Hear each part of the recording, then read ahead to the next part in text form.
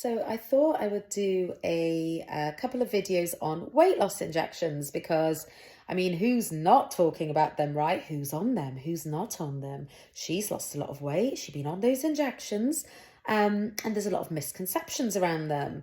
Now, I have been prescribing them for about 7 or 8 years now. And obviously the popularity's massively risen. I'd say from about 2020, but like really skyrocketed in the last couple of years.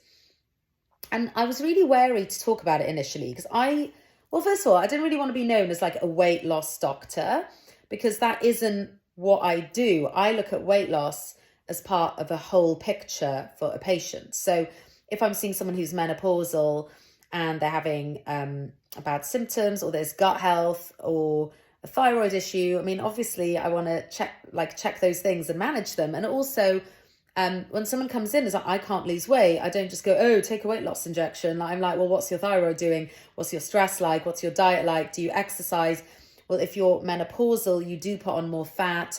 What's going on in your gut health? And all those things make a huge difference. So I look at it as part of the puzzle, not the only piece, which obviously you don't always get. I also prefer my patients in 99.9% of cases to get bloods done before I prescribe this medication so I can see what's going on with their general health. Now, personally, I've used these medications. I've used them a few times periodically, and I'd maybe take some Ozempic, semaglutide for like a couple of months, few months, and then stop, and then take a few months and then stop. And I'd maybe lose 2, 3, 4 kilos.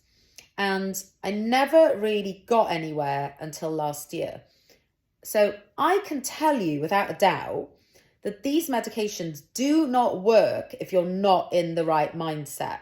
So last year I was very, very motivated about losing excess weight, and I've tried lots of different things in the past, and I thought, let me use these injections as a Kickstarter as well as looking at the other things I've done in the past that have been of benefit, but maybe not full benefit. There was another reason I used the medication.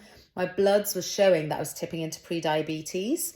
So I also thought, right, there's an urgency now to lose weight because of pre-diabetes.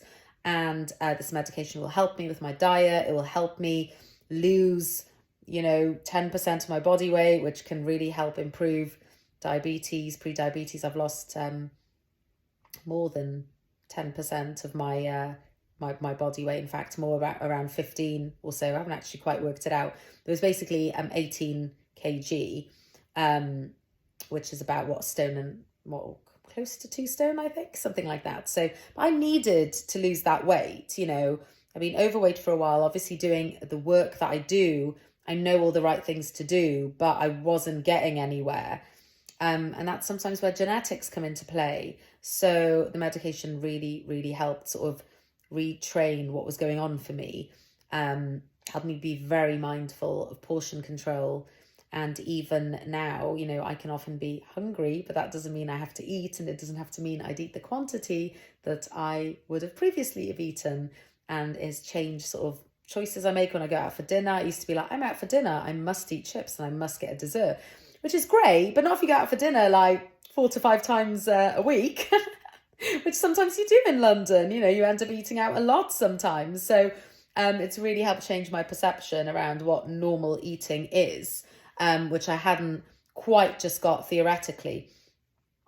So yeah, I know it's controversial. I'm not really ashamed of it. And when people ask me, I always tell them, patients ask me, friends ask me, I'm pretty honest about that, giving me my kickstart. And of course there is the fear, like, oh God, what if I just put on all the weight again? But surely that's the fear with any diet you do or any weight loss regime. So that's really no different. So my criteria with patients is someone who's overweight with risk factors. So for example, I was overweight and also had pre-diabetes. If you have high blood pressure, if you have high cholesterol, they're risk factors. Of course, I mean, technically, I probably wasn't overweight. I was probably obese because I'm of South Asian descent. And the BMI ranges are lower for people of South Asian descent. So to be a normal BMI if you're South Asian or Indian, which I am, but any sort of South Asian descent, your BMI should be below 23, not below 25. So even when my BMI was like 26, I was still extremely overweight, not just mildly overweight for my ethnicity.